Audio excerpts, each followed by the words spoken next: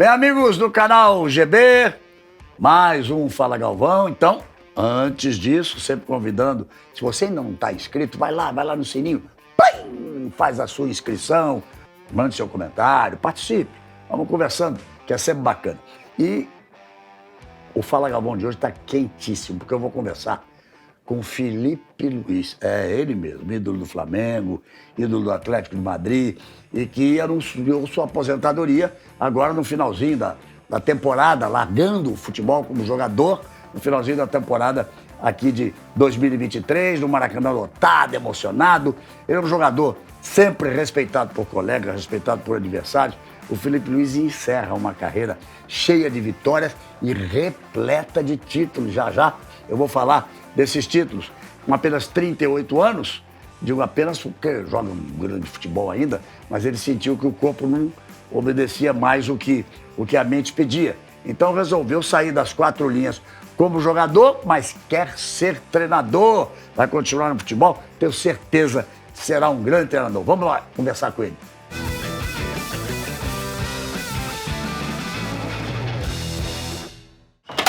Muito bem, vamos lá, mais um Fala Galvão.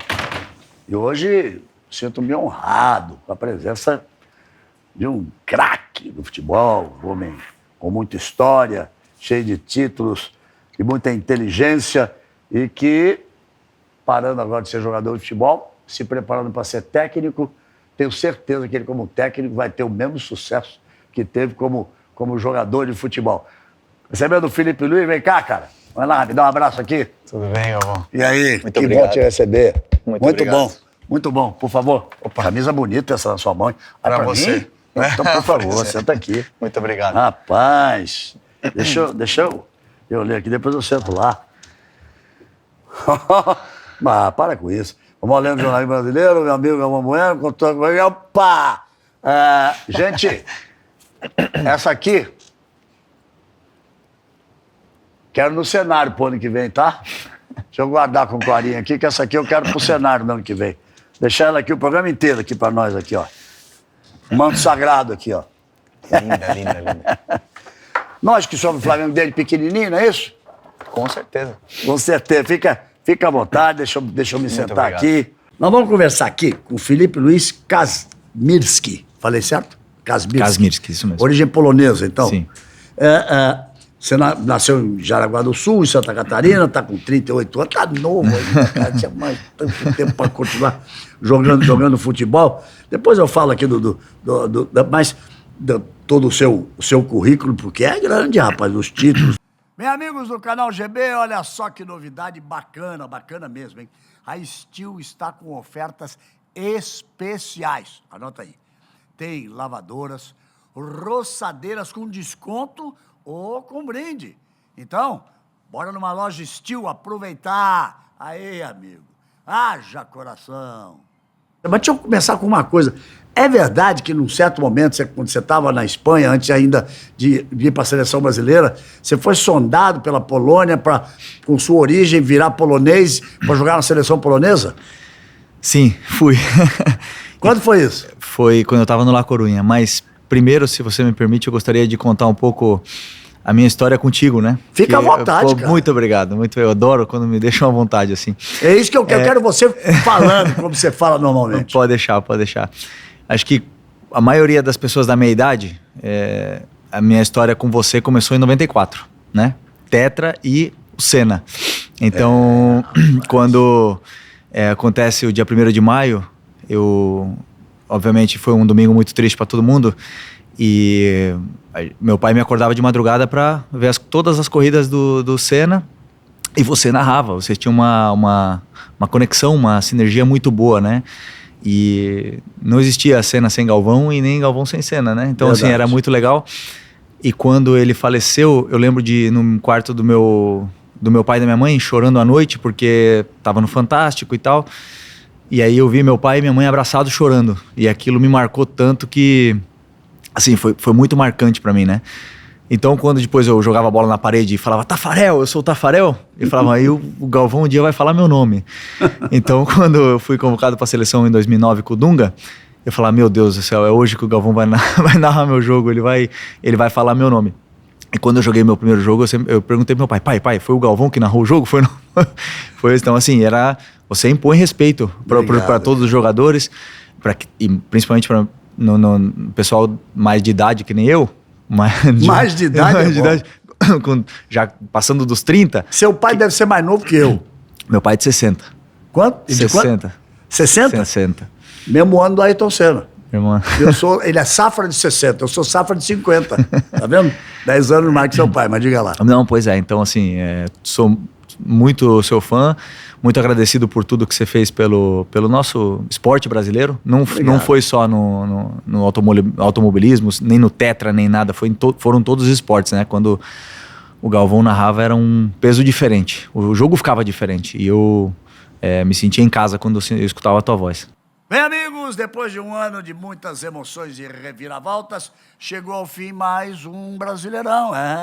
Teve time que entregou mais desempenho, outros menos, mas o Zé Delivery, esse, sempre entregou tudo rápido e no precinho. E, principalmente, a cerveja gelada para assistir um jogão com a galera reunida.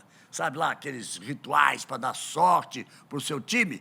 O mais certeiro é sempre chamar o Zé, porque esse aí nunca falha. E usando o cupom GALVÃO20 no app, você garante a sua bebida gelada e no precinho para torcer muito bem acompanhado. Aí é goleada na certa. Então é só correr pro app do Zé Delivery e partir pro abraço. Se é futebol, o Zé entrega tudo, meus amigos. Voltando agora, vou falar, se deixar eu falar. Muito obrigado. Você me emocionou aqui. Não é tudo isso, é um pouco de exagero da parte dele. Mas ele era um menino. Eu estava vendo aqui, quando o Ayrton nos deixou, você tinha 8 para 9 anos. 9 anos. Tava ali. 94, 85, eu ia fazer 9 ali. Você ia fazer 9 anos, e o Tetra também você ia fazer 9 anos. Isso. Mas essas coisas ficam na cabeça da gente. Mas como é que você... Porque, olha, ele é de Santa Catarina, começou, para a gente chegar na história da Polônia, você começou jogando Figueirense. Mas com 17 anos você foi embora para a Europa? 19, foi para o Ajax? Fui para o Ajax. E logo depois você explodiu mesmo no Deportivo La Coruña? Foi. Digamos assim, resumindo muito, né? Quando eu comecei a jogar no Figueirense, eu saí do futsal, fui pro Figueirense. O Figueirense me deu todas as ferramentas para me tornar um jogador. Quando eu subi profissional com 17 anos, o Figueirense estava na Série A e em 2 anos eu fui vendido. Muito cedo, né? Muito cedo. Eu tive até uma oferta do São Paulo e tudo naquela época, e do Japão, mas eu tinha o sonho de jogar na Europa. Eu não queria jogar em outro lugar que não fosse na Europa. Então eu acabei indo pro Ajax. Não joguei no Ajax, culpa minha, total, só minha. Como não jogou no Ajax? Eu fiquei 1 ano lá. Imagina, um menino que chega lá, o clube ele dava uma casa de família para eu morar. Tinha que morar numa família holandesa para aprender o holandês. Eu tinha que fazer aulas de holandês. O diretor esportivo era o Van Gaal e o treinador era o Koeman. Olha só. E eles falaram que eles viam muito futuro em mim, que eles queriam apostar, mas que eu tinha que me adaptar àquela situação. E eu não aceitei aquilo, né? Eu vinha de jogar no profissional do Figueirense, eu queria morar sozinho, eu queria ter minha vida, eu não queria aprender holandês, eu queria aprender inglês. E isso eles não gostaram. Então eu me arrependo muito disso, assim, sabe? Eu perdi muito tempo da minha carreira por ter cometido esse erro, porque eu tava num gigante. Era um gigante. Era um clube gigante. Era um time gigante. Que ano foi isso? Foi em 2004. 2004? 4. Muito tempo atrás. Há 19 anos atrás. Você era um garoto de 19 anos. Você ficou quanto tempo encostado assim no Ajax? Eu treinava no profissional e jogava no time B, né? Que lá tem o time B. Isso. Eu fiquei 1 ano. Um ano. Aí depois eu fui pro Real Madrid B, que o Luxemburgo era o técnico ainda do Real Madrid. Eu acabei indo pra lá pro Real Madrid. Foi na época que o Luxemburgo foi pra ser técnico lá. Ficou pouco tempo, mas foi marcante. E eu joguei só no time B porque eu não tinha passaporte italiano e também só tinha o Roberto Carlos na minha frente, né? Não tinha chance nenhuma. Mas lá eu fui muito feliz na Espanha. Eu fui muito feliz, joguei na 2ª divisão, né, da Espanha. O Real Madrid B estava muito bem naquela época, tinha um time muito forte. Mas eu via que não ia ter chance de jogar lá. Eu, pelo menos, sentia isso, né? E aí resolvi sair e falei, vou ver o que aparece pra mim, se voltar pro Brasil, se não. E acabou vindo La Coruña. E acabava de sair eles chamavam lá o Super Depor, né? E era Djalminha, Mauro Silva, Donato, o Bebeto foi um pouco mais atrás, mas os brasileiros eram amados, né? Até hoje ainda são amados. O Bebeto é um ídolo, assim, histórico lá na cidade, o Mauro também. O Bebeto acho que é o maior ídolo do clube. Acho que talvez da história do clube, Bebeto, né? Isso. E aí eu fui pra lá. E lá que você explodiu pro futebol mesmo. Sim. Primeiro ano difícil, mas aí depois que veio um treinador, ele me ensinou a defender, ele teve muita paciência comigo, e aí eu explodi. Lá daí, assim, eu jogava mesmo por prazer. O time só tinha um objetivo de ficar na primeira divisão, não tinha mais nada. Só que quando eu comecei a jogar no La Coruña, veio a Polônia. Aí é que eu quero chegar, porque a sua origem, ela é polonesa por parte de pai? De pai. Mas é italiana por parte de mãe? Da mãe. Você tem passaporte italiano hoje? Tenho passaporte Naquela italiano. época não tinha. Não, veio depois. Mas como é que foi? Os poloneses foram lá te encantar com a história de jogar na seleção. Mas você ia ter que... Você podia continuar jogando onde estava, mas ia deixar de ser brasileiro para ser polonês? Não deixar, mas não pensar em seleção brasileira e ir para a seleção polonesa. Pois é, uma história engraçada, né? Mas eu tava jogando no La Coruña e como eles têm menos quantidade de jogadores jogando numa liga espanhola, o primeiro que surge, eles crescem o olho. E eles viram meu sobrenome e falaram, opa... Então eles mandaram, acho que foi um intermediário falar com o meu empresário na época, se eu queria que eles começassem com os trâmites para tirar o passaporte para poder me nacionalizar. Só que eu já estava tirando o italiano, eu sinceramente não tinha interesse nenhum em jogar pela Polônia, nem pela Itália, né? O único que me balançou foi um pouco a Espanha, porque nesse processo de La Coruña eu estava muito bem e eu demorei muito para ser convocado. Né? Muito não, digamos assim, 1 ano e meio jogando muito bem, né? Então assim, eu sempre esperava uma convocação, só que o fato de eu ter saído da seleção brasileira. O fato de eu ter saído tão novo, ser um desconhecido aqui e tudo mais, levou aqui, é difícil convocar, né? Um menino do La Coruña que era, sei lá, brigava para ser 7º, 8º no Campeonato Espanhol, então, mas eu tava esperando a seleção brasileira. E aí, nós estamos falando de que ano? 2008, por aí, 2009, mais ou menos. Já tava... A tua primeira convocação foi em 2009. 2009, né? Foi com o Dunga em 2009. Nós tínhamos laterais... Aliás, faz parte da história do futebol brasileiro, laterais pela direita, laterais e grandes nomes, grandes jogadores. Hoje não temos não, mas já teve de sobra. Mas eu acho que você fez uma opção boa, cara. Não, com certeza. Não. Por um momento eu me arrependi de ter vindo. Por quê? Porque quando eu escolhi o Brasil, o Marcelo machucou, o Jorginho e o Dunga me ligaram e falaram, o Marcelo machucou, você aceita, tudo mais e tal. Eu aceitei na hora. E aí eu vim para eliminatórias e joguei contra a Venezuela. E depois eu não vim, eu quebrei a perna, né? E não vim mais. Eu só fui voltar a ser convocado em 2013. Então, ou 2012. Você perdeu a Copa 2010. É 2010 ali que eu quebrei a perna e tudo mais, mas eu fiquei, nesses 3 anos, eu falei, cara, se eu tivesse ido com a Espanha, eu teria sido campeão do mundo. Campeão do mundo em 2010 e eu não precisava ter esperado esse tempo todo pra... Mas assim, depois que eu comecei a ser convocado, eu falei, não tem comparação, a seleção brasileira é muito grande, eu tinha muito prazer mesmo em vir aqui. E tinha lugar para você naquela seleção da Espanha. O lateral esquerdo, se não me engano, o lateral esquerdo era... Capdevila. Não, da seleção espanhola, campeão do mundo? Capdevila. Ah, é? João Capdevila. Ele era meu companheiro no La Coruña e foi pro Vila Real. Quando ele foi pro Vila Real, eu comecei a jogar. Mas tinha lugar para você? Tinha. Del Bosque era o treinador, tinha lugar. Imagina, cara, você poderia ter sido campeão do mundo pela Espanha. Mas também poderia ter sido campeão do mundo pelo Brasil em 2018. Depois a gente fala disso, que tem um jogo que você tinha que ter jogado. Eu admiro demais o futebol do Marcelo, mas aquele jogo com a Bélgica ele não estava bem. O Tite, seu técnico até outro dia, você tinha que ter jogado aqui. Eu cobrei naquele jogo com a Bélgica a sua presença ali na seleção brasileira. Mas você falou uma coisa agora que a gente vem falando na Copa, essa Copa que você jogou, que você estava lá em 2018, teve uma noite que eu tive um jantar que fiquei muitas horas conversando com Arsène Wenger. E depois acabamos a noite com Laurent Blanc, com Roberto Carlos, tomamos todo o vinho do mundo. Mas ele falou ali que o Brasil tinha ele diz assim, para mim o problema do Brasil hoje é que os jogadores saem muito meninos, como você saiu. Sim. Você foi para a Holanda. Você está dando exemplo daquilo que ele me falou. Então eles queriam que você morasse com uma família holandesa, que você aprendesse holandês, os costumes de lá da Holanda. Você era um garoto que estava sendo formado. E ele me dizia exatamente isso. Os meninos saem muito cedo, um vai para a Rússia, outro vai para a Ucrânia, outro vai para a Holanda, outro vai para a Inglaterra, outro vai para a Espanha. Ele falou, e eles se formam como homens nesses países, com a característica desses países. Ele falou, não consigo ver hoje o vestiário de uma seleção brasileira com um time brasileiro como era antigamente. Ele está certo? Assim, eu entendo o que ele está falando. O que eu acho que mais hoje a gente mais perdeu são titulares em equipes gigantes da Europa. Antes era Ronaldo. Protagonistas. Era Ronaldo, o melhor jogador do mundo. Ronaldinho também.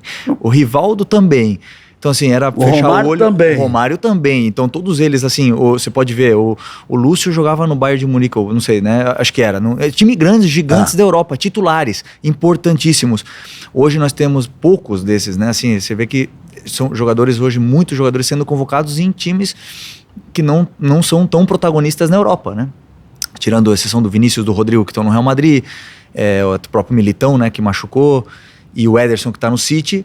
Assim, muitos jogadores vêm de times pequenos, sem expressão, né? Então, essa para mim é a maior diferença. Antes, os que vinham para a seleção, eles eram grandes e respeitados. Hoje não temos tantos desses. Mas, assim, a educação europeia, pelo menos comigo, assim, foi muito importante no meu desenvolvimento, sabe? Eu fui muito bem educado, eu fui muito bem cuidado, eu não posso reclamar de nada. Não foi na Espanha, né?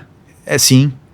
Foi na Espanha. Você vê que na Holanda você chutou o balde e falou, não quero. E o que o Arsene Wenger falava era disso, é quem vai menino para a Ucrânia, quem vai menino para a Rússia, quem vai menino, sei lá, para onde, e acaba se formando realmente dessa maneira. Mas eu concordo com você. Nós tínhamos grandes protagonistas que hoje já não os temos mais.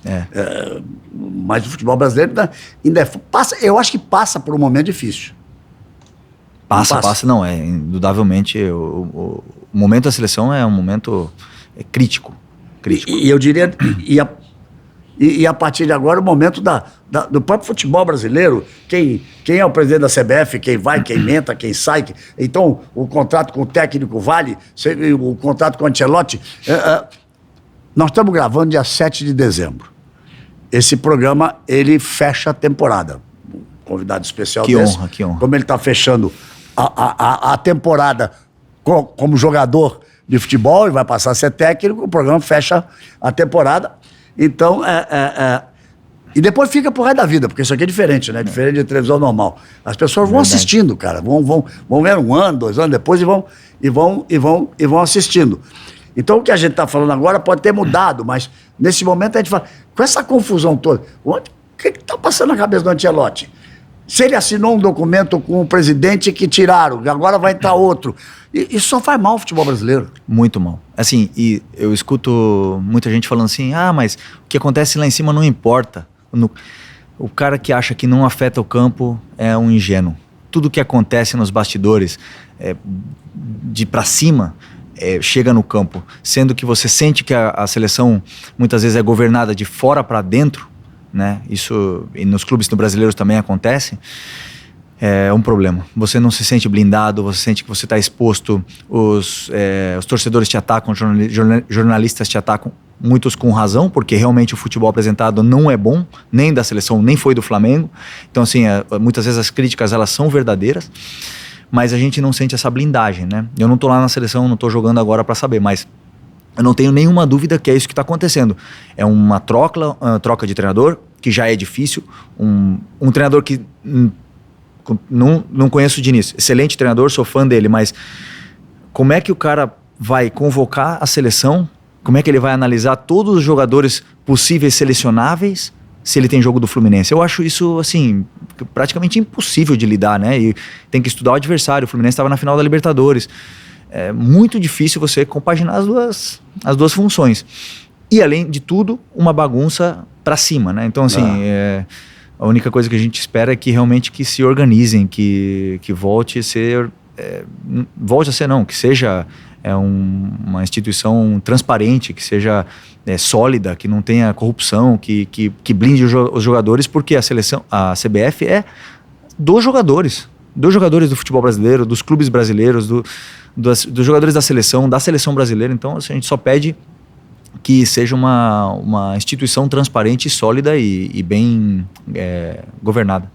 Eu queria falar que é o seguinte, olha aqui, me veio uma lista de títulos, que eu fiquei aqui, porque ele falou do Figueirense, você foi campeão lá em 2003 e 2004, os dois primeiros anos que jogou. Gosta de ser campeão, rapaz. No Atlético de Madrid, foi campeão da Liga Europa na temporada 11-12, 17-18, da Supercopa da UEFA, que é o vencedor da Champions, que é o vencedor da Liga Europa, 2 vezes em 2012. Três, só que...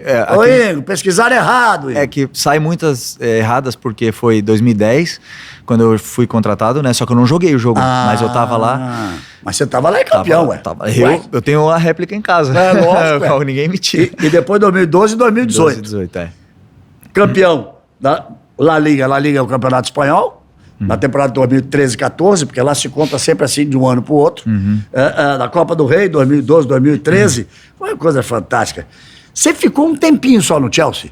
1 ano só, Um ano, mas você saiu do Atlético de Madrid, foi pro Chelsea e voltou. Isso. Mas nesse ano que você ficou no Chelsea, você foi campeão da Premier League, do Campeonato Inglês, temporada 14 e 15, e da Liga Inglesa, temporada 14 e 15. Isso. Quem era o seu treinador lá? Mourinho. Isso é bom pra gente Vamos chegar lá. pra gente chegar lá. Aí, cara, na seleção brasileira você ganhou. Aí já... Eu tava narrando você por lá. Copa das Confederações, 2013. 2 vezes o Superclássico das Américas. Esse não é título, né? Assim, é um Como que jogo... não é, rapaz? Isso era Copa Roca, você não tinha nem nascido. Era importantíssimo. Tinha a Copa Roca, era o confronto de Brasil e Argentina, um jogo na Argentina, um jogo no Brasil. Aí ganhou a Copa América de 2019, foi a última vez que o Brasil ganhou a Copa América. Essa foi bacana, né? Foi muito legal. Galvão, assim, eu não gosto muito de... Não é que eu não gosto, eu gosto. Assim, ficar falando do passado, parece que só fala de mim e tal... Sabe, eu não sou daqueles que fico vivendo do passado, não. Gosto de já pensar pra frente, já passaram esses títulos aí, agora eu quero conquistar novos. Mas pera um pouquinho. Pera um pouquinho. Aí você veio pro Flamengo em 19. Cara, e é impressionante, porque foi o grande Flamengo de 81, que eu tava lá no Japão narrando o título mundial. Você estava me perguntando do Zico antes do programa. O Zico é um gigante do futebol mundial e da história do futebol mundial. Mas aquele time do Flamengo era um espetáculo. O Leandro, o Júnior, o Zico, o Andrade, o Tita, Adílio, o Nunes como central. Era um espetáculo. Era absolutamente um espetáculo. Mas aí tem esse Flamengo. Cara, esse meu amigo aqui, em 3 anos... ganhou 10 títulos. Você sabia que são 10? 10, sabia. 10 títulos no Flamengo, cara. É mais do que o Abel, que ganhou 9 no Palmeiras em 3 anos. Agora o treinador, fantástico, Abel. Fantástico, Abel. Mas aqui, Libertadores, 2 vezes, 19 e 22. Recopa Sul-Americana, 2020. Campeonato Brasileiro, de 19 e 20. A Copa do Brasil, de 22. A Supercopa do Brasil de 20 e 21. E o Campeonato Carioca de 20 e 21. Ou seja, de 19 a 22 foram, em 3 anos, 10 títulos do Flamengo. Isso é pra você guardar pro resto da vida, né? Sim, essa realmente foi a cereja do bolo na minha carreira. Eu sempre de pequeno, eu sempre achei que eu fosse jogar no Flamengo, que eu seria um cara importante um dia no Flamengo. Porque como eu falei, assim, meu pai sempre colocou na minha cabeça, tu é iluminado, tu é o cara. Eu jogava mal e ele falava, não, tu jogou bem, filho, tu jogou bem, ninguém jogou bem, não sei o quê, tu é bom. E ele foi colocando essas coisas na minha cabeça, então eu sempre fui acreditando que realmente, assim... Ele enxergava futebol, cara. Sim, eu sou muito grato, porque sem ele, com certeza, não teria chegado aqui. Então a foto famosa dele com você pequenininha, essa aí, ó. Tem a foto famosa, você com seu pai, você com a camisa do Flamengo ali. Não, era meu avô, né? Seu avô, perdão. Seu avô que era Flamengo também? Meu avô, sim. O meu tio foi o que fez eu ser flamenguista, me deu uma carteira. Mas, assim, eu tava no Atlético de Madrid eu fiquei livre. Mas assim, os últimos 6 meses de contrato você pode assinar com qualquer clube. Eu até recebi o Flamengo por uma questão de educação lá, né? Falei, não vou fechar nenhuma porta, os caras estão aqui, vou receber. Mas eu não tinha nenhum pensamento de voltar pro Brasil, porque, aliás, eu estava sendo titular no Atlético de Madrid, estava acabando o contrato, eu esperava ainda continuar jogando a Champions, que meu grande sonho sempre foi conquistar a Champions League e tudo mais. Então, quando o Flamengo veio aqui, e os diretores do Flamengo, o Brazo, o Spindle, eles trouxeram um monte de camiseta do Flamengo. E ficou lá em casa, aquelas camisetas ficaram lá em casa. E de vez em quando meus filhos colocavam, eu via elas na sacola. E aquilo vai entrando. E a minha esposa sempre falava, eu prefiro morar no Rio. Ah, mas e o Borussia Dortmund? Ela, prefiro morar no Rio. Ah, a Alemanha não. Ah, mas e o Lyon? Eu prefiro... Ah, França não. Ah, não sei o quê. E aí sempre aquilo vai entrando e vai entrando. E aí os torcedores escrevem. E aquilo vai formando uma história na tua cabeça que você vai falar... Só que o meu grande receio de vir pro Flamengo é... Eu tenho tanto carinho pelo Flamengo que se eu chegasse aqui e fosse mal... e vaiado e tal, eu ia perder esse carinho, porque, pô, um cara que foi chutado daqui não continua torcendo tanto pelo clube, né? Eu achava isso. Mas, assim, a minha história aqui foi muito melhor do que eu achava que fosse. Você falou da sua esposa, falou dos seus filhos, vamos falar como é o nome de sua esposa? Patrícia. Ela é de onde? Espanhola, ela é de La Coruña. É espanhola, de La Coruña. Ela queria vir morar no Rio mesmo, Ela ama morar aqui, queria vir morar no Rio. E queria que você jogasse no Flamengo. Eu sim, imagino. ela talvez falou. Sim, ela percebeu o seu coração, né? Sim, ela falava, desculpa te interromper, ela falava assim sempre, entre você ser mais um na Alemanha, ser mais um na França, alguma coisa assim, por que você vai ser o cara, entre aspas, do melhor time do Brasil. Lá você vai ser um cara realmente importante. E tem uma coisa, os caras vêm aqui te buscar, eles não mandam empresário, eles te querem de verdade. Aquilo... Sabedoria dela. Ela falou isso, e aquilo... Quando você tem uma esposa que vai falando essas coisas, vai Você sabe que eu fiquei impressionado com a forma como que ela fala português sem nenhum sotaque. Nada. Nada, absolutamente nada. Não lembra nada do fato de ser espanhola. Isso. Fala português sem nenhum sotaque. E filhos, quantos são? 3. 3. Então fala. É o Thiago com 10, a Sara com 9 e o Lucas com 5. O Thiago com 10, você tem um amigo que eles jogam futebol e destrói as casas todo dia. Teu neto. O Cadu, filho do Kaká. Filho do Kaká Bueno, o Cadu, tricolor. Como é que eles se dão tão bem? Que o seu filho é Flamengo e ele é Fluminense. Um é Flamengo doente, o outro é Fluminense doente. Como é que eles se dão tão bem? Pois é incrível. Eles vêm lá em casa, aí o Cadu sempre vem com a camisa do Fluminense, e aí eles jogam e tal, e pegam no pé um do outro e tudo mais. E aí no passado o Flamengo ganhou a Libertadores e tudo mais, e aí o Thiago feliz da vida, e esse ano o Fluminense ganhou a Libertadores, e o Thiago não queria ir pro colégio. Porque o Cadu ia zoar ele. O Cadu foi vestido de Fluminense da cabeça aos pés. Aliás, eu acho que ele só tem roupa do Fluminense, o Cadu, né? Mas aí eu falei, não, você vai pro colégio e tu vai chegar lá, vai pegar na mão do Cadu e falar assim, parabéns, mereceram ganhar. Bacana. Vocês mereceram. Mas pai, ele vai me zoar. Se você fizer isso com ele, você fala assim, parabéns, mereceram, ele não vai te zoar. Ele vai falar, pô, Thiago, obrigado. Merecemos mesmo. E aí ele foi e fez, e os dois são muito amigos. Mas o Cadu deve ter zoado, porque eu cheguei pra jantar na casa do Kaká, meu filho, 2 dias depois deles terem ganhado a Libertadores, e o Cadu me recebeu, e até a Bela, pequenininha desse tamanho, vestida de Fluminense e cantando o hino do Fluminense, pra perturbar o vô que é torcedor do Flamengo. Mas isso é muito bacana, isso é o futebol. Esse é o futebol. Agora, o Cadu sonha ser jogador de futebol. Eu achei que ele fosse ser corredor de automóvel, que nem o pai. O Kaká é um campeoníssimo, absolutamente campeão de tudo, né? No automobilismo.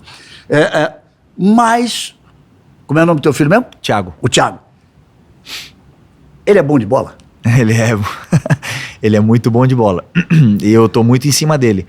Porque assim, bom de bola tem muitos, né? Mas pra mim, eu acho que o que realmente afunila ali no final, ali com 16, 17, é a parte mental. É onde quem vai e quem não vai. Então assim, é a parte que eu mais venho trabalhando com ele. Porque o talento, ele joga a bola desde antes de ele caminhar. Antes de caminhar. Ele engatinhava com a bola, arrastando a bola. Então... eu tenho uma teoria clara de que, pra mim, o futebol e qualquer outro esporte ou qualquer outra coisa que você fizer são horas de prática, né? Horas de jogo, horas de treino e do que você tá fazendo. E o Thiago tem muitas horas. Porque ele tá onde agora, o Thiago? Tá no Bangu. Jogando. Mas por que no Bangu? Porque assim, eu sempre receio de botar no Flamengo, de tentar colocar ele lá para ele fazer teste, porque uma vez que entra, se não vai eliminando, você vai ser mandado embora e não vai ser contratado de novo. Então, eu prefiro que ele esteja preparado para quando ele for pro Flamengo. Então, eu tô preparando ele, entre aspas, assim, eu não, né? Eu, os professores e tudo mais, né? Nos torneios aí que joga, são vários jogos por semana e tudo mais. Só que aí que tá a diferença, Galvão. Eu sempre tive um campinho em casa para jogar. Eu sempre amei ter um campinho de futebol em casa, por menor que fosse. E o Thiago ama e ele fica o dia inteiro jogando. Isso é o que faz ele hoje ter esse talento, essa capacidade de chute, de passe e de tudo mais. Agora, tem que ter um entendimento de jogo que só as horas de prática com os companheiros vai dar para ele, mas essa é a minha teoria, pelo menos. Você acabou entrando para a história do futebol mundial como lateral esquerdo. Sim. Mas você começou como lateral esquerdo? Não. Não, foi o Dorival, né?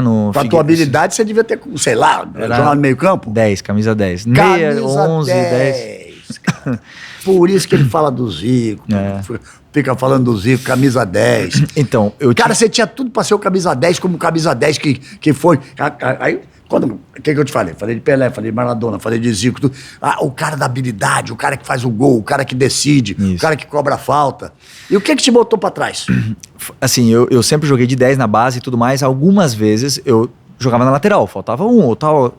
Os treinadores sempre me improvisavam lá, alguma vez ou outra. Mas quando eu fui profissional, e cresci sendo fã, Alex, Ronaldinho e tudo mais. Só que aí o meu maior ídolo era o Atirson, porque ela era lateral esquerdo, mas também jogava na meia e era o melhor jogador do Flamengo na lateral. Isso aí pra mim era um espetáculo ver esse cara jogar. Espetáculo. Era muito bom mesmo. Muito bom, meu Deus. Naquele time que não era tão bom, né? Às vezes ele jogava num time que não era tão bom. E aí o Dorival, um dia no profissional, eu jogava na meia e tudo mais, às vezes jogava na lateral, às vezes na meia. E ele falou pra mim, menino, você é muito bom na meia, mas você é mais um. Porque você não sabe jogar de costas, você tem muita dificuldade, tu é magrinho, pesava 10 quilos a menos do que eu peso agora, demorei em me desenvolver. Ele falou, mas se você for pra lateral, você vai pra seleção, você tem que confiar em mim. Olha aí só. ele, garoto, confia em mim, eu sei o que eu tô falando, ele falou, né? Isso nós estamos falando de 2004, sei lá. 2004, 2004 nós estamos falando. Então fazia assim, a meia do Figueirense era Sérgio Manuel. Vamos explicar uma coisa? Sim. Que Dorival é esse, que botou ele lateral esquerdo em 2004, é o Dorival com o qual ele ganhou a Copa do Brasil e a Libertadores, com o Dorival como técnico. Estamos falando do Dorival, o Dorival que está no São Paulo hoje. Isso. Que para mim devia estar na seleção brasileira, mas tudo bem. Espetacular. Grandíssimo treinador, grandíssimo. Mas assim... Então você deve essa coisa à firmeza com o que ele falou. Eu fui agora no vestiário de novo, eu já falei pra ele 1000 vezes, né? Abraço ele e falo, cara, ele é como se fosse um vô pra mim. Não dá pra ser pai, né? Já tá... Estou brincando, mas ele... Dorival te sacaneou agora. Mas ele é um cara querido demais e grande treinador, um cara que não para de aprender. Foi pra Europa, foi lá visitar o Atlético, foi visitar o Guardiões. Você tá sempre querendo evoluir, né? Então, assim, eu fui lá e falei, e eu devo isso a ele. Eu devo isso a ele porque ele não só me colocou na lateral, senão que ele ficava depois do treino comigo, falou assim, você vem por dentro, você corta, você faz tabela com o teu meia, você chuta de direita. Ele foi me ensinando as características que tinha que ter um lateral. Esse trabalho, que é minucioso, né? Você gasta tempo de você melhorar o jogador, poucos fazem. O que a maioria faz? Não tem um lateral, traz um pra mim, né? A maioria dos treinadores fazem isso. Ele não, tem um menino aqui que eu acho que dá. E ele gasta tempo com aquele cara, ele gasta tempo em evoluir aquela pessoa, ele vê na frente as conexões que se criam dentro do campo. Por exemplo, eu e o Sérgio Manuel, que jogava no Botafogo, a gente teve uma conexão estupenda, maravilhosa dentro do campo. Então, aliás, quando a gente foi embora do Figueirense em 2004, o Figueirense era líder do brasileiro. Então, era na Série A. Uma grande fase do Figueirense. Muito boa, né? Mas aí acabou que venderam vários jogadores. Mas eu devo muito a ele, sim. Que bacana. E o que foi depois ser campeão? Ganhar a Libertadores, ganhar a Copa do Brasil. E depois perder a Copa do Brasil para ele. Mas do seu carinho com ele, no cumprimento a gente viu. Eu cheguei a dizer, eu queria muito saber o que eles conversaram, os dois ali. Vocês ficaram abraçados e trocaram algumas frases. Você pode falar alguma coisa daquilo? Quando foi? Depois da final da Copa do Brasil ou depois do... Ou depois agora, né, no último jogo? Não, da final da Copa do Brasil. Final da Copa do Brasil, não, eu falei pra ele, professor, você mereceu vencer essa final e você merece tudo de bom que tá acontecendo na tua vida. Aí ele falou, pô, obrigado, Felipe, pô, foi sofrido o ano, Felipe. Não sei, ele falou, mas assim, eu dei os parabéns porque eu sou muito desse ponto. Eu quero ganhar, eu ganho de qualquer jeito. De qualquer jeito. Até se for gastando tempo, vou lá e... Ganhar é bom. É muito bom. Não quero saber. Não tenho amigos dentro do campo. Eu não tenho amigos mesmo dentro do campo. Já fiz muita... até, assim, exagerei dentro do campo, né? Pra poder ganhar. Nada, cara. Você sempre foi um jogador disciplinado. Você sempre foi um Sim. cara elegante, pô. Dá umas porradinhas de vez em quando, mas tudo bem, tive minhas fases faz lá parte, né? com o Messi e tal, mas... Lógico, é. Mas quando acaba o jogo, eu tenho a plena consciência de que o cara que ganhou, como ele ganhou, como ele fez pra ganhar. E o São Paulo foi um justo vencedor da Copa do Brasil, até mesmo porque a gente não mereceu. E o Thiago, ele joga de quê? Ele é camisa 10? O treinador tava colocando ele de atacante, eu sempre falei, não sabe, não briga pela bola, tem que botar ele na meia, que ali ele dá uns carrinhos e tal, ele tem muito bom passe e chute fora da área. A meia que você tá dizendo volante mais atrás, pra dar carrinho, pra marcar? 10 atrás do atacante, né? Ou de terceiro volante, segundo volante, uma coisa assim, depende. Mas não é artilheiro que você me falou? Faz muito gol, porque ele chuta forte, mas aí tem que desenvolver, ele chuta muito forte, se ele só pensar em chutar no gol porque o goleiro é baixinho e fazer todos os gols e ser artilheiro, não vale nada, ele tem que ser bom jogador, né? Então eu penso sempre em desenvolver ele, mas ele tá feliz. Deixa eu te botar numa situação complicada agora. Fica à vontade. Vamos lá. Você é um ídolo do Flamengo. Esses anos... Obrigado. Vamos esquecer 2023, né? Uhum. Vamos esquecer 2023.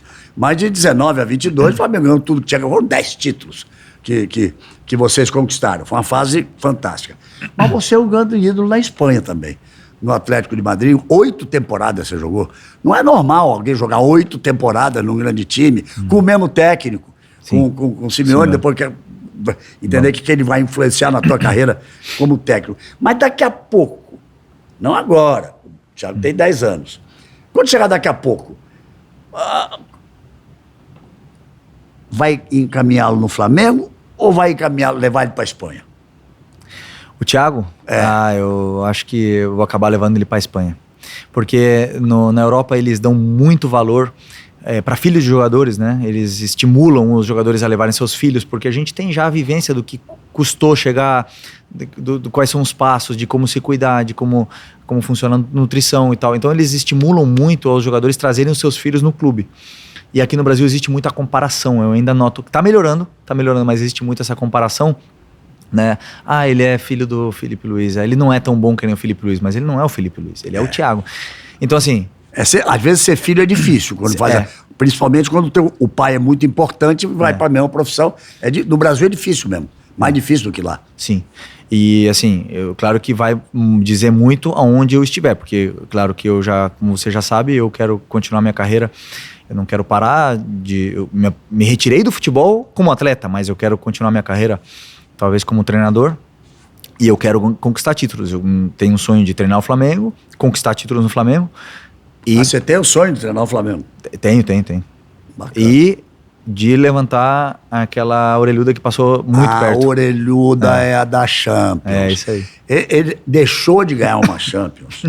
Eu acho que era até eu que estava narrando o jogo. Ele deixou de ganhar, não me lembro direito. Deixou de ganhar uma Champions numa final espanhola, do Atlético de Madrid com o Real Madrid. Se eu estiver errado, você me corrija, por favor. Vocês ganhavam de 1-0. Para mim era depois dos 45, mas o jogo foi no limite dos 45. Do segundo tempo, o título era do Atlético de Madrid. O Sérgio Ramos faz um gol de cabeça, vai para a prorrogação e na prorrogação vocês se entregaram. Sim. O Cristiano Ronaldo resolveu acabar com o jogo e o Real Madrid foi campeão e você não ganhou a orelhuda. Eu vou te corrigir só uma coisa.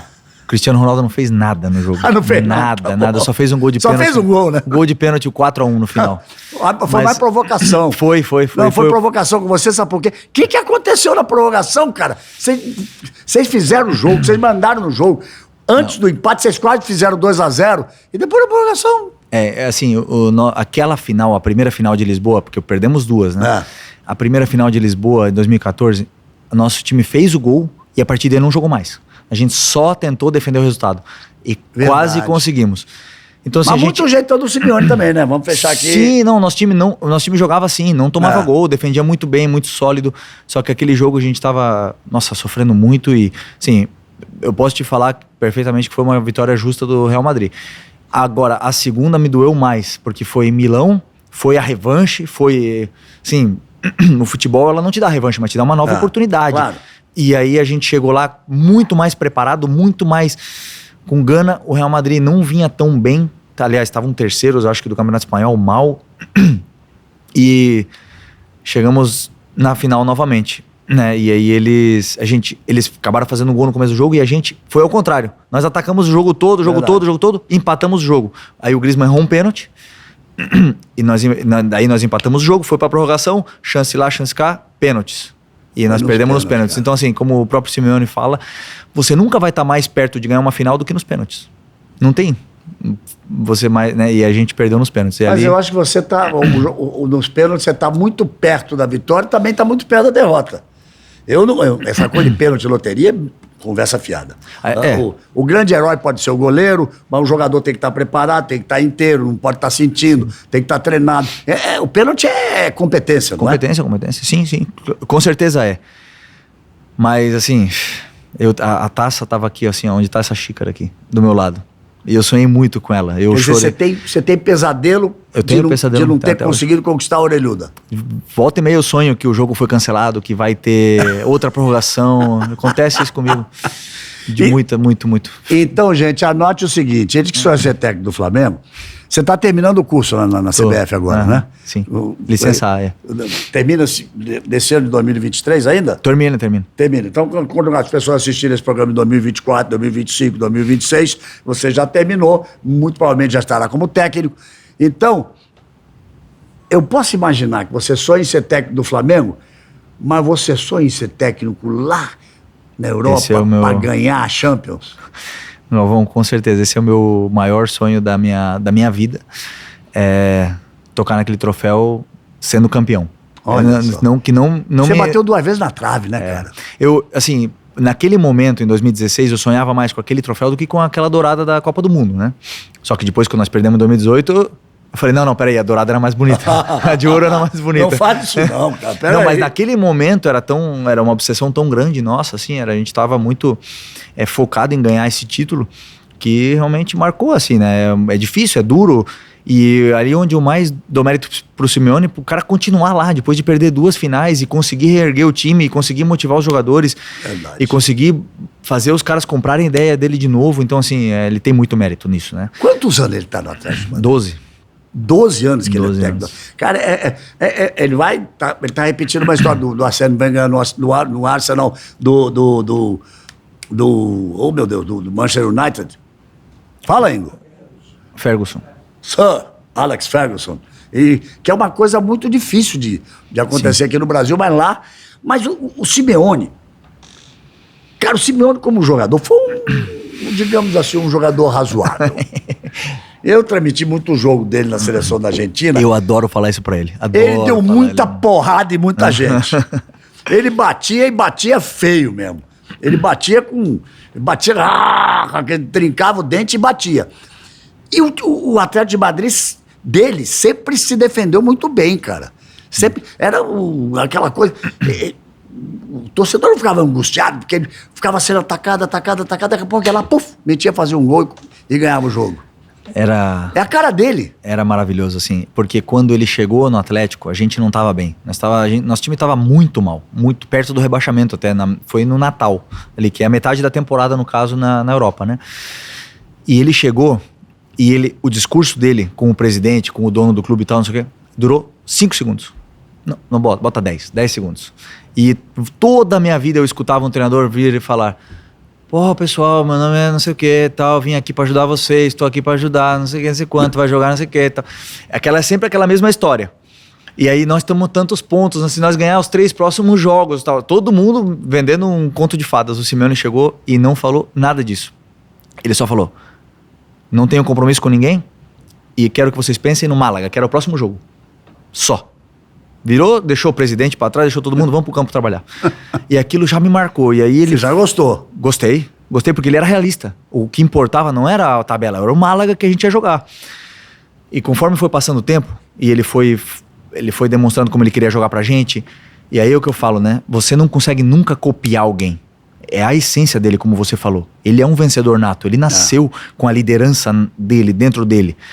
Ele é assim, ele não estudou nenhum livro, ele tem a liderança e ele foi convertendo, ele foi me convertendo. Alguns jogadores já eram homens, já eram líderes e tal, nosso time era um time de homens, mas eu, por exemplo, era ainda meio assim, tinha um pouquinho de ego, gostava de aparecer mais que os outros, gostava de fazer a minha jogada, a minha caneta, minhas coisas, porque eu era muito mais ofensivo do que vocês me conhecem hoje. Em cada treino, em cada bola que eu roubava, em cada lance que eu fazia, em cada erro, ele entrava dentro da minha mente, ele falava o que eu tinha que me transformar para ser um campeão, como é que eu tinha que me comportar em casa, como eu tinha que educar meus filhos, como eu tinha que, por exemplo, jogar ping-pong. Eu tinha que ser competitivo ali, porque ali você já começa a treinar a tua mente para ser competitiva, para ganhar sempre, para não ser... E eu ia jogar ping-pong com meus amigos nem aí. E de repente eu vi e eu tava... Quero ganhar. Quase roubando lá. Roubando. Não tocou na mesa. Não sei o quê. E aí...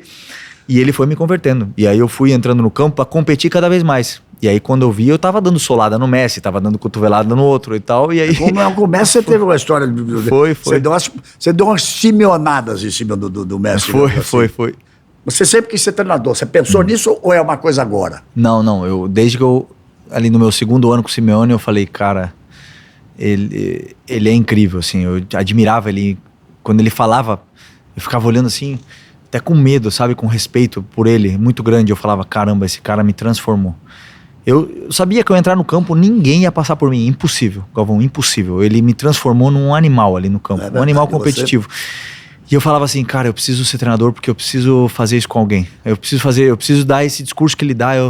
E aí eu fui me apaixonando. Então cada vez que eu ia pra casa, eu já ficava, nossa, que treino eu faria essa semana? Que não sei o quê, que tática eu usaria pra esse time? E aí eu fui cada vez mais desenvolvendo isso, esse amor, fui estudando meus adversários, porque o Simeone ele joga em função do adversário. Claro.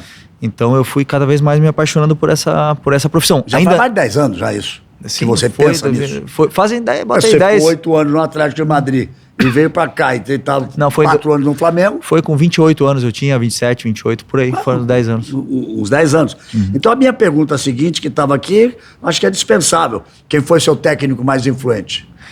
Na mentalidade foi ele. A minha mentalidade no que é quesito liderança. Em qualquer livro, eu já li vários livros sobre liderança, e todos eles me descrevem o Simeone, um líder ideal. Quando faz a descrição do líder, você... nele. Ele é autoritário, mas não é demais. Ele também é democrático. Então, assim, ele tem as características, depois ele não... Todo mundo acima da equipe, inclusive acima dele. Então, às vezes ele brigou com algum jogador e ele engoliu o orgulho, o ego próprio dele, para colocar o jogador, porque o time precisava daquele jogador. Então, tem várias histórias assim, que ele fazia com a gente, que ele mesmo conquistava o grupo com as atitudes que ele tinha, entendeu? Ô, Sérgio, um pouquinho mais de água pra ele ali, cara. Obrigado. Uma alergia. Acho que foi você. O que você botou nessa água aí, botou cara? um mosquito aqui dentro da água. Botou um mosquito? O que você fez, Sérgio? Pra poder voltar. Até malandro mesmo, viu? Falar mais um pouco pra gente. Desculpa, obrigado. Então pôr mais um pouquinho pra mim aqui. Cheio, não era pra contar, né? Ninguém sabe que eu bebo porque é água, né? Pois é. Tinha um segredo. Você pediu pra me pôr. Mas tu devia ter sido esperto pra dizer não.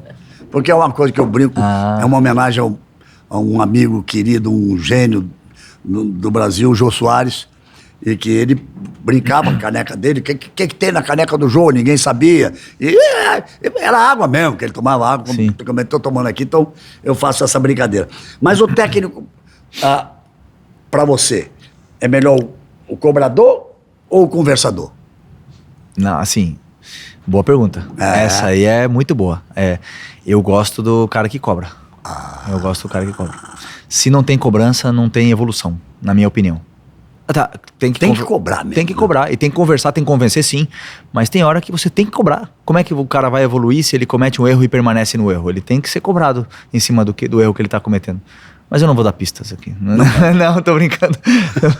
Não, mas você vai ser cobrador. Você tem todo jeito que você vai ser cobrador. Assim, as expectativas agora, você falando isso aí, são grandes. Eu ainda tenho que me testar, né? Eu tenho que ver. Mas com certeza eu cobro meus filhos.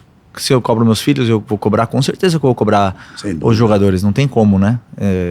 Vai ter atrito? Com certeza, mas eu acho que se você é verdadeiro, vai de frente, fala a verdade pro cara, ele no final, ele vai ficar brabo. Mas ele vai agradecer, porque vai fazer ele pensar, vai fazer ele evoluir. Tem uma pergunta aqui que é pura brincadeira. Melhor, Mourinho ou Simeone? Então, essa é fácil pra mim é o Simeone.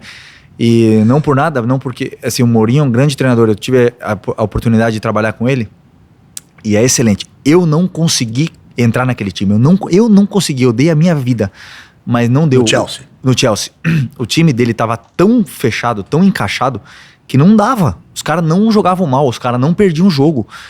E outra, campeão quase com recorde, com 90 pontos. Agora o City, claro, atropelou tudo, né? Mas naquela época lá, 90 pontos. Mas você tinha que tomar o lugar de quem? Quem era o cara? Era o Aspilicueta que tava jogando tava jogando lateral esquerdo. Tava jogando na esquerda? Tava. E eu vou te falar. 30 anos mais ou menos, mas joga pela direita. Ele tava na lateral direita. Jogar na esquerda. Na lateral direita tava o Ivanovic. E aí eu falava assim, não, dá pra jogar porque o Ivanovic não tá bem, ou não vai ir bem, aí o Aspilicueta vai pra direita, eu vou pra esquerda. Aí eu ia lá, o Ivanovic fazia 2 gols no jogo. Aí, no outro jogo, o Aspilicueta não tava bem, no final do jogo, assistência. E aí o time, com o Hazard, com o Diego Costa, aquele time tão forte, não precisava de mim. E eu nunca consegui entrar naquele time. Não é culpa do Mourinho, eu não consegui. Lógico. Agora, comparando os dois, o Simeone é muito mais completo do que ele, né? Dois muito da fase defensiva, Os dois muito defensivos. Muito defensivo. O Simeone ainda agora ele se reinventou, ele tá atacando muito mais, ele mudou a comissão dele, o auxiliar dele e tudo mais, tá atacando muito mais, mas assim, a parte defensiva dele é praticamente imbatível. Vamos vir aqui pro Flamengo. Vamos. Que camisa linda. Vamos vir aqui. JJ, Jorge Jesus, Nossa. te ensinou alguma coisa? Nossa. Aquilo caiu do céu? Ou é a capacidade dele? Ele lá, de onde ele tá, agora da Arábia ele ainda não falou comigo não, mas quando ele tava na Turquia, que ele tava sonhando em ser técnico da seleção brasileira, ele falava comigo toda semana. E seria uma boa. Mas me fala do JJ. Se convidar, ele vem amanhã pra seleção. Mas né? você não tem a dúvida. Não tenha dúvida, por favor. Ele é o... E se convidar, ele vem pro Flamengo também. Eu não sei, aí, sinceramente, né? Mas assim... Na seleção ele vem na hora. Na hora. Ele é basicamente o melhor treinador que eu já tive. Como treinador, Olha como tática, assim. A sensação que eu tinha, Galvão, era de assim, eu vou pegar o meu cafezinho, eu vou botar num copo, eu vou sentar na cadeira lá e agora eu vou ver uma aula. Aliás, ele não chamava de vídeo, ele chamava de treino de sala. Era uma aula. É mesmo? E aí eu ficava lá, ele esculachava todo mundo. Era Rafinha, era Felipe Luiz, quem fosse, não tinha nome, era Gabi, era Arrascaeta. O Bruno Henrique ficava brabo, mas era dura pra todo lado. Não tinha, era... Só que assim, era tudo com sentido, tudo com muita sabedoria, com muita calma, com muita didática e com o conceito claro do que ele queria. Então, como ele avisava tanto o que ele queria, às vezes a gente errava. Eu dentro do jogo falava assim, nossa, essa bola entrou e é culpa minha. Ou essa bola entrou e foi culpa do Pablo Mari. Ou do Rodrigo Caio, sei lá. A gente já sabia. Um olhava pro outro e falava assim, fui eu. Tipo, porque ele deixava tudo tão mastigado. E assim, o que a gente viveu com ele aqui foi muito especial. Porque assim, o time se encaixou, vieram peças, né? Pô, o Rafinha, o Gerson, assim, a gente entrou no time e o time criou essa energia, ninguém entrou para ser líder no grupo, o grupo já tinha um líder, ou alguns líderes, que era o Diego, era o Arão, era o Everton Ribeiro, então a gente foi coadjuvante nessa história da liderança, o Rafinha é muito mais líder até presente do que eu sou de falar menos. Será? A sensação que passa é que você tem uma liderança marcante. Nós somos diferentes. O Rafinha é muito mais o líder, assim, de juntar o grupo, de fazer um pagode, de conversar, de falar, de atacar moleque, tu tá fazendo isso de errado, não sei o que e tal. E eu sou muito mais um líder tático, um cara que soluciona todos os defeitos, os problemas na hora, ataca tudo, não deixa passar nada. Só que assim, o grande capitão daquele time foi o Diego, sempre foi o Diego. O Diego sempre foi, quando aconteceram alguns problemas nos bastidores, de jogadores discutir no treino, discutir no jogo. Diego Ribas. O Diego Ribas ia lá e solucionava e gritava com os dois e mandava o Jorge Jesus mandar os dois correr. Bota os dois pra correr se quiser, não tem problema, todo mundo vai te obedecer. Então assim, esse grupo era muito forte e as vitórias potencializaram ainda mais e aí criou aquela sensação assim, Galvão, que assim, foi a melhor que eu senti na minha carreira. Maracanã lotado, todo jogo. torcida a favor todo o jogo. Claro. Time amassando todo o jogo, pressionando, ninguém conseguia sair jogando um segundo. E com a bola no pé, uma qualidade assim imensa, todo mundo sabia o que fazer. Então a nossa única dúvida, assim, nós ia lá tinha um bobinho lá, nós falávamos assim, amanhã não sei, nem vou dar o nome do adversário, mas será que vai ser 3? Aí o Gabi falava assim, eu vou fazer 2. Aí o Bruno Henrique falava, eu vou fazer 2 também. Então vai ser 4. E ele era assim. E aí o Jorge, ele tinha... Mas eu quero... sabe por quê? Porque o Jorge Jesus, ninguém podia ver treino dele, só vocês que sabem como é que era. Porque ele era absolutamente fechado. Nem os ex-jogadores do Flamengo, que fazem parte lá do trabalho, ele era absolutamente fechado. Isso. Então, eu estou impressionado com a forma com que você fala. Para você, foi o melhor técnico que você já teve? Mas, com certeza. Assim, para mesmo? time grande, não tenho dúvida que ele é o cara. Assim, para um time grande. Talvez, assim, se fosse um time pequeno, um time que está lutando pelo rebaixamento, eu não sei se daria tão certo, porque as ideias não são fáceis de tal. Mas ele pediu expressamente, né? Sempre que uma vez eu falei algumas ideias dele, ele ficou muito brabo e falou: estás a dar pistas, não podes falar o meu segredo e não sei o que. Então, assim, eu não vou falar o que ele faz taticamente, mas não é fácil. É uma coisa que requer tempo, é complexo, é muita correção e tudo mais. Mas você pode ter certeza de que para time grande, porque é um jogo de domínio avassalador, ele tem a chave do cofre. Um treinador ruim estraga um time bom. Aí eu tenho... Agora vem a maldade. Agora vem a maldade. Um treinador ruim não, um treinador que o trabalho não é bem feito. Um treinador que inventa demais, que não dá certo, que é meio doido, você já sabe o que eu vou falar. Pode falar, eu não vou fugir de nada. Se não existisse o Sampaoli no Flamengo, o Flamengo tinha tudo para ser campeão brasileiro esse ano, cara. Ou não? Vamos lá. Boa pergunta, adoro essa pergunta aí. Eu fui então o maior... o cara que mais errou nessa história, porque eu até falei pros meus companheiros, eu falei assim, eu tô louco pra que esse cara venha pra cá pra eu aprender a jogar futebol de novo, assim, alguma coisa nova. Porque eu vi, assim, ele, sei lá, se tiver 46 jogos no Marcelo, eu vi 40. O Gerson tava lá e eu assisti todos. Eles amassavam.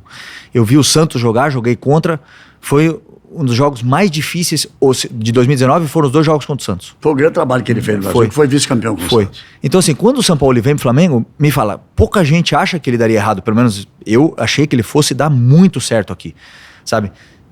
Mas é evidente que deu errado. Ele não foi o pior treinador que passou aqui. O conteúdo que o São Paulo tem é grande treinador. Mas eu posso dizer, talvez tenha sido o pior trabalho.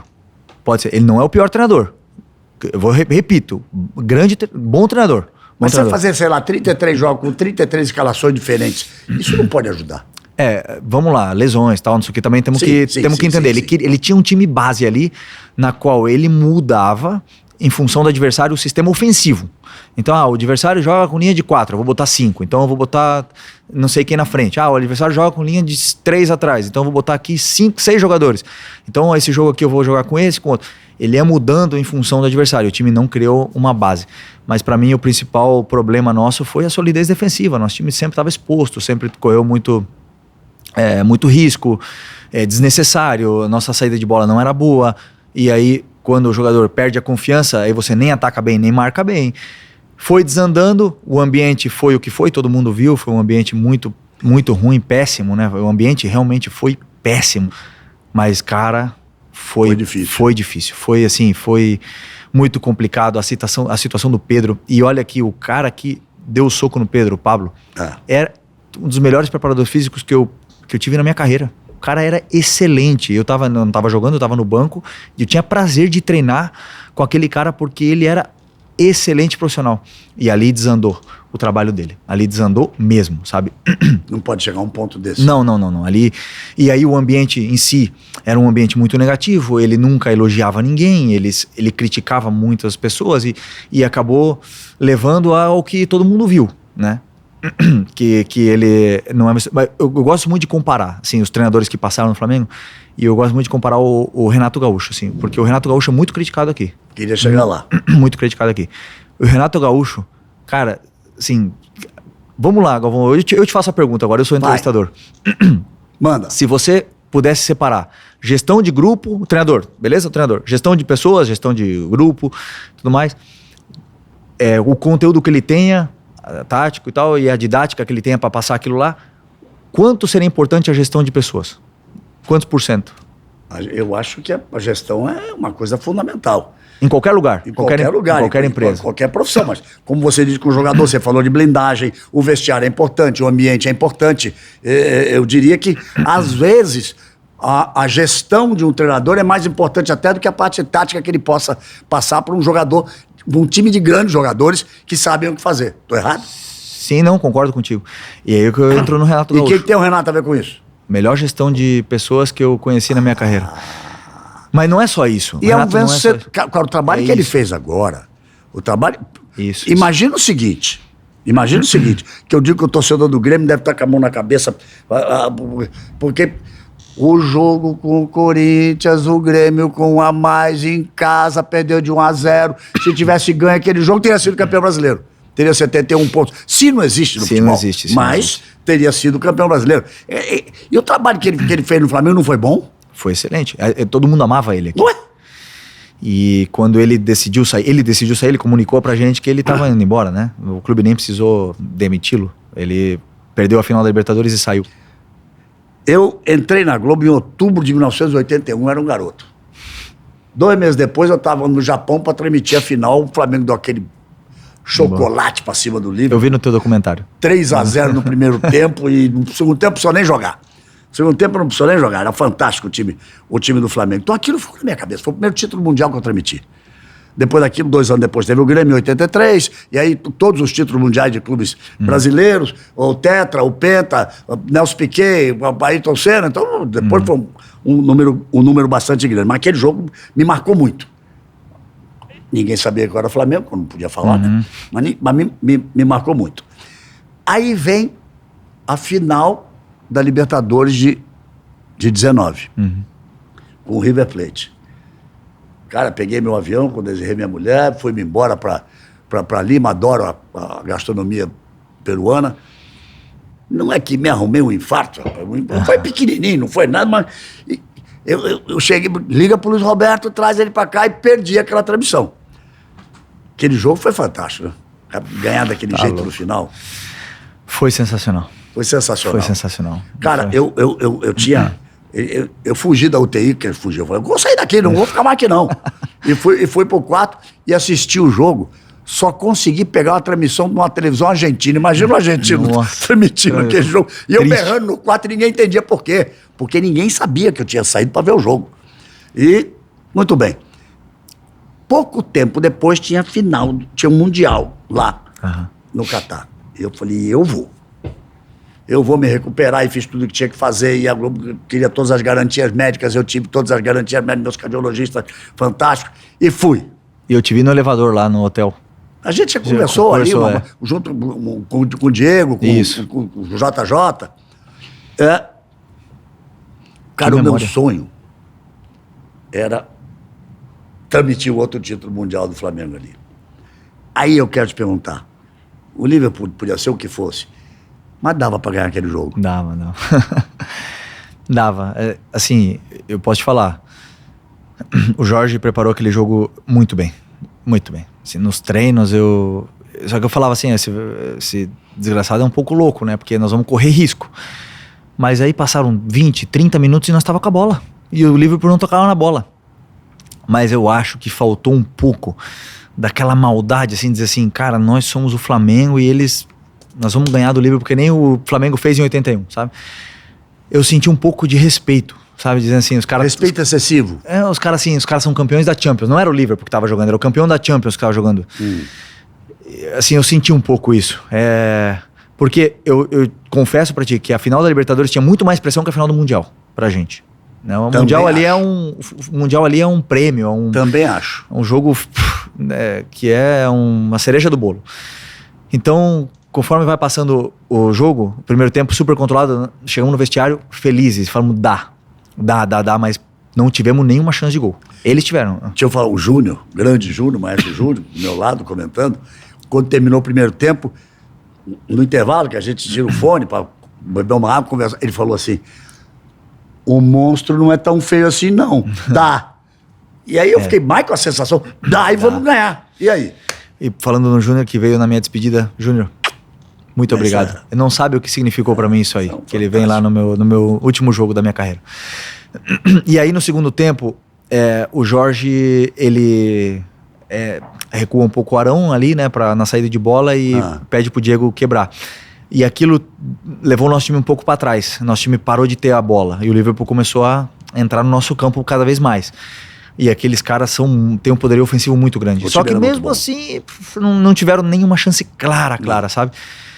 E aí chega na prorrogação, fazem o gol, assim, é triste, assim, né? Porque você vê que dá, ao mesmo tempo que dá, você não fez nenhuma chance clara, você fez passes decisivos, mas não fez nenhuma chance, uma finalização clara no Alisson, assim, nenhuma chance, assim, que tu fala, nossa, bateu na trave e saiu, uma coisa clara. Eles fizeram. Então, assim, eu posso falar, justo? Foi justo. A gente poderia ter feito melhor? Poderia, mas foi justa. Eu ainda pensei que nós fosse ganhar esse ano, né? Pensei, falei, o destino reservou isso pra mim, essa vitória do Mundial, eu vou ganhar o Mundial e tal. Não acabou sendo possível, mas assim, pelo que eu conheço a grandeza desse clube aí, é questão de tempo. Deixa eu dizer uma coisa a você, porque dos títulos mundiais de clube que eu transmiti, teve uma fase em que os times brasileiros jogavam mais do que dos times europeus. Então, o que o Flamengo fez em 81 com o Liverpool, o que o Grêmio fez em 83 com... Oh, meu Deus, o time alemão, me esqueci agora. Borussia. Não, ajuda aí, gente. Borussia não. Hamburgo, né? Hamburgo. O Renato jogou uma barbaridade, acabou com o jogo. E depois, na sequência, os títulos do São Paulo, de 92, 93, um contra o Barcelona e outro contra o Milan. E jogava de igual para igual. Depois veio a fase dos títulos de jogar por uma bola. Inter. O São Paulo primeiro em 2005. Ah, tá. O Inter em 2006 e o Corinthians em 2012. Esse jogo do Flamengo com o Liverpool voltou aquela coisa de nós podemos ganhar, jogou de igual para igual. Sim. Acho que isso é que foi o grande fato daquele jogo, que dava para ganhar. Eu tive essa sensação, mas como eu te digo, assim, eu senti um respeito excessivo, sabe? Eu não senti aquela maldade, aquele sangue no olho de dizer assim, faltou o Maraca, faltou a nossa, nossa casa ali pra dizer assim, não, nós vamos atropelar, nós vamos amassar, porque nós ficamos com uma posse de bola, nós ficamos com o domínio, mas nós não... O que o Bruno Henrique jogou aquele jogo lá foi piada, né? Foi piada. Mas assim, talvez não faltaram as conexões que nos levassem à área deles. Eu acho que foi isso. Eu acho que você definiu agora, eu estava tentando buscar uma frase para isso, você definiu agora. Faltou a gente entrar dizendo vamos amassar. Vamos amassar. Que era o que vinha fazendo. Espetacular. Vamos falar da sua despedida. Como foi esse Maracanã lotado? Você falou agora do Júnior que estava lá, um dos gênios da lateral, que o Brasil teve tantos na direita e na esquerda. Como é que foi essa despedida? Com a casa cheia, a torcida, o carinho.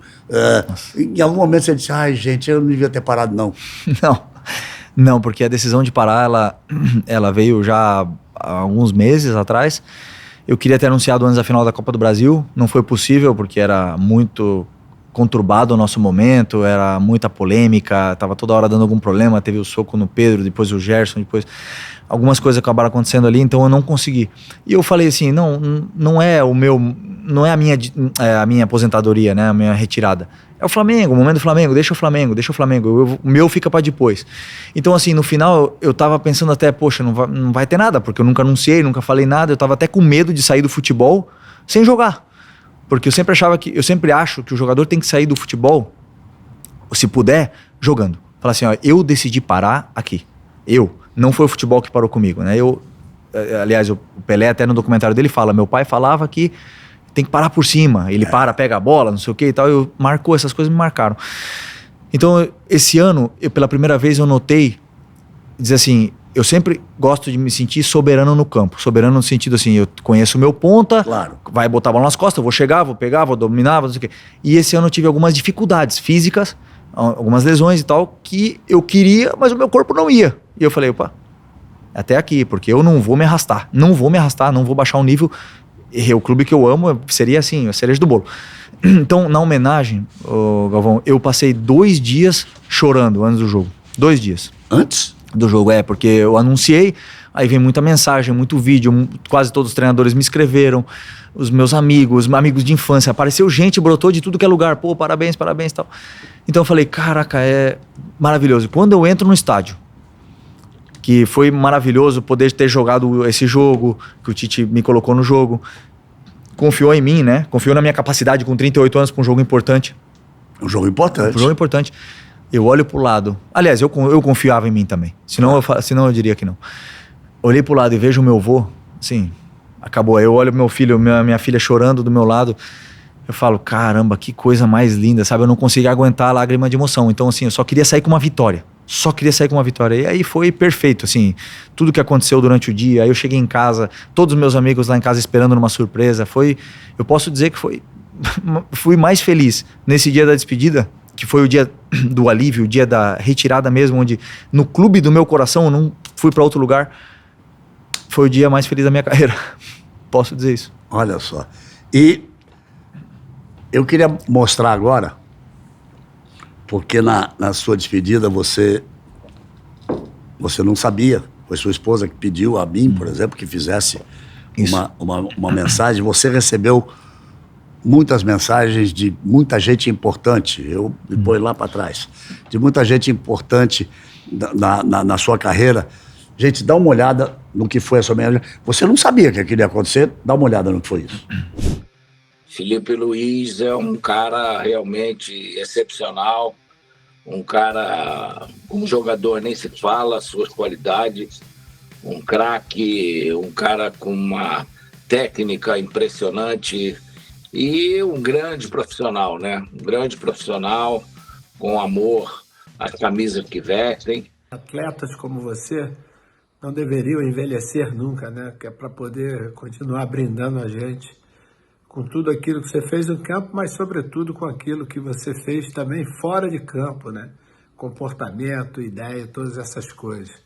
Saiba que você honrou como poucos o manto rubro-negro durante todos esses anos. Já que você nos brindou e nos presenteou com tantas atuações maravilhosas da sua passagem pelo clube, eu guardei um negócio aqui para você, cara.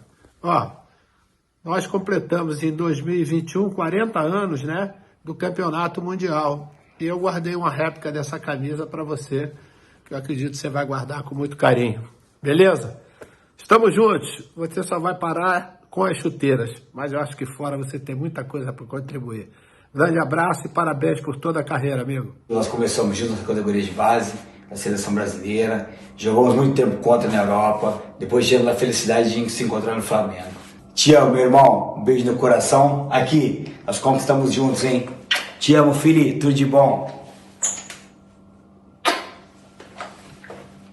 La verdad que te felicito por estos extraordinarios años de carrera, por tu profesionalidad, por tu compromiso, por tu corazón, por tu nobleza, por tu humildad, por el querer siempre escuchar para mejorar como futbolista y como persona. Y eso ha hecho en vos que todo este camino como futbolista sea brillante.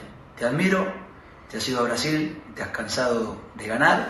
Me pone muy contento por vos y por tu familia, que tengo un gran cariño con toda tu familia. Así que te mando un abrazo muy grande. Disfruta de esto que te queda. Y nada, ya sabes, si querés venir a ver algún entrenamiento y aprender algo, acá estamos.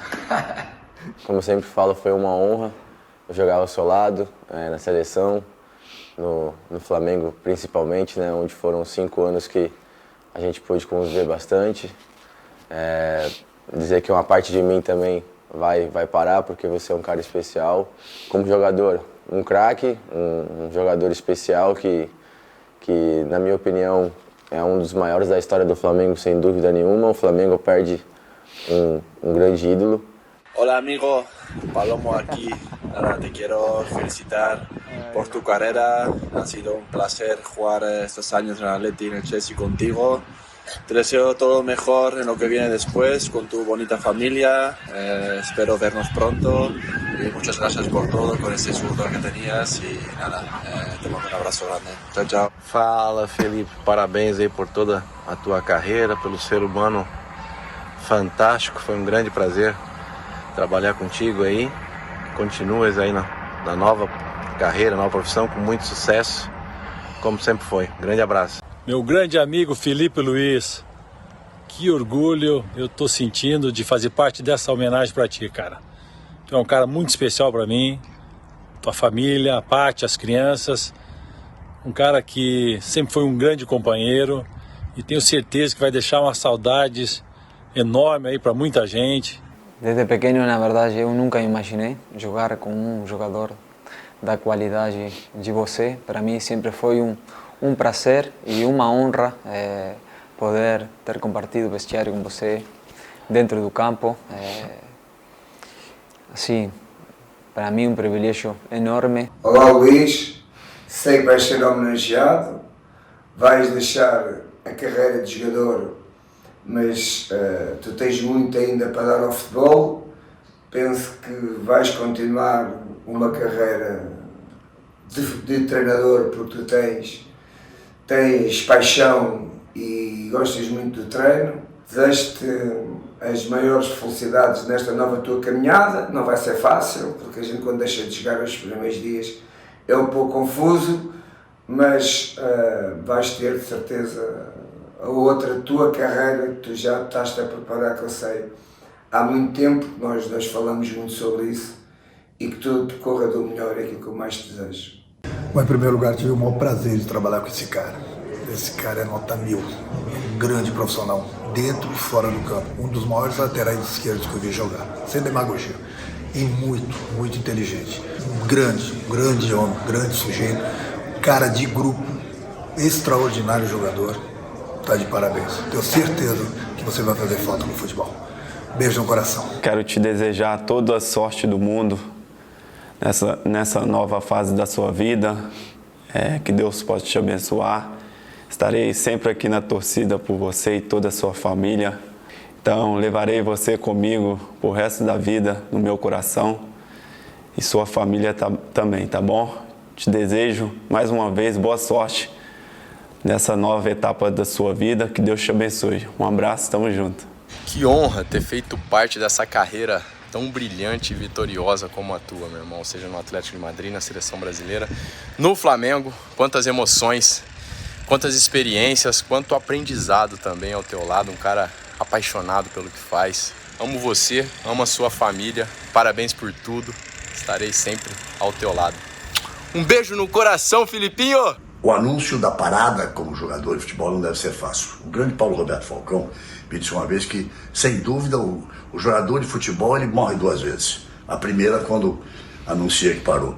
Mas o importante é a gente ter a consciência de que fez tudo aquilo que poderia ser feito. E o Felipe Luiz, eu tenho certeza que com a inteligência que tem, além de toda a capacidade que mostrou nesses anos todos como jogador de futebol pelo mundo afora e na seleção brasileira e agora nos últimos anos de forma brilhante no Flamengo, ele tem a convicção e a certeza de que sim, ele realizou os sonhos e ele teve uma carreira belíssima. Olha, meu amor, chegou o grande dia, né? Só quero registrar minha admiração, meu orgulho por tudo que você conquistou, tudo que você construiu dentro e fora dos gramados, mas principalmente por quem você é, por tudo aquilo que não está na imprensa, que as pessoas não veem, que não aparece nas estatísticas, né? E que só quem viveu esses anos pertinho de você teve a sorte de ser testemunha e que com certeza fizeram você se tornar esse jogador diferenciado que você é. Hoje você encerra uma etapa da sua vida maravilhosa, mas tenho certeza que essa nova que começa vai ser igualmente ilusionante e desafiadora. Te amo muito, meu amor. Parabéns pela linda trajetória. Você merece um mundo. Te amo. Começa com o Zico, né? Começa com o Zico. Eu falei pro Leandro, eu falei pro Leandro já na viagem, só dele saberem meu nome, é assim, o Zico me chamar de Felipe é impensável, né? Não, por quê? Não, porque o Zico é de uma simplicidade absoluta, cara. Ele é um cara de uma simplicidade. Assim, graças a Deus, ele é o nosso ídolo. Ele é o nosso maior ídolo. Cara, Pelé era assim. Pelé sempre atendeu todo mundo. Sempre foi carinhoso com todo mundo. Ele tinha prazer de atender as pessoas. O Zico foi... Os grandes são assim. Sim. Os grandes absolutamente são assim. Na mensagem que eu mandei pra você, eu dizia que parar é difícil. Que o jogador morre duas vezes. O Falcão disse pra mim, o jogador morre 2 vezes. A primeira é quando ele larga o futebol. Mas eu vivi, em março, agora faz 50 anos de televisão, eu vivi essa despedida na final da Copa do Mundo. Mas eu dizia pra você, mas é bom quando a gente para e tem a certeza de poder dizer pra si mesmo, eu realizei meus sonhos, eu consegui chegar onde eu queria, eu tenho orgulho daquilo que fiz. Você sente isso? Eu me sinto em paz, me sinto realizado, sabe? Saiu. O Felipe, o jogador, ele saiu de dentro de mim. Eu deixei ele no campo. Eu só não tirei a chuteira lá porque não queria atrapalhar muito o jogo, mas eu teria deixado minha chuteira lá no campo, lá, vai pro museu, eu não quero mais botar essa chuteira nunca mais. Eu me drenei, eu espremi o futebol até a minha última gota, Galvão, assim, tava nas últimas semanas eu não tenho dor, eu não tenho nada, mas assim, cada vez é mais trabalho, custa mais você acabar um treino, sabe? Sem dor, é simplesmente por força, por idade, pelo cansaço mental, pelo cansaço físico. Então, quando acaba o jogo, eu falei, é isso, eu me realizei, eu tô realizado. O bom disso é que ele falou, morre 2 vezes, né? Você recebe todas as homenagens como se você tivesse morrido, realmente. Mas o meu grande objetivo, ele não foi alcançado como jogador. Ele tem que ser alcançado ainda. Então, por isso que eu não me aposentei. Eu me retirei. Eu vou voltar. Não se aposentou no futebol? Não me aposentei. Eu não sou um aposentado que vou ficar em casa lendo livro. Volta de outra forma. Eu só me retirei como atleta. Vou voltar de outra forma.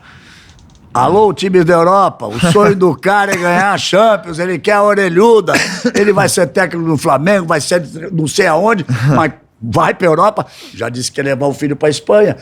Cara, pergunta final, você tá feliz? Pô, tô no momento mais feliz da minha vida, Galvão. Eu tenho hoje mais vontade de estar na beira do campo, podendo ensinar o que me ensinaram, me transmitir o que me transmitiram, e poder recuperar o tempo com meus filhos, poder viver, poder viajar, poder, sei lá, andar de moto, coisa que eu nunca pude fazer, poder esquiar, coisa que eu nunca pude fazer, poder tomar um vinho contigo que você tá me devendo. Agora eu posso, quando você estiver lá com os caras. O cara tá cobrando. Não, eu levo o vinho. Alves, tá bom. Eu levo o vinho, Tá bom, eu quero sentar contigo, tomar um vinho, não tem problema. Isso me dá uma felicidade muito grande. E o maior de todos aí não é demagogia, não é nada, é ter acabado aí, nessa camisa, com essa homenagem, com tudo isso por cima. Muito obrigado pelo presente, obrigado por sua entrevista. E a gente tem aqui quando eles gostam, não sou eu que puxo não, quando eles gostam da entrevista e o entrevistado é importante, como é que termina o programa? Poxa, obrigado. Obrigado pela água.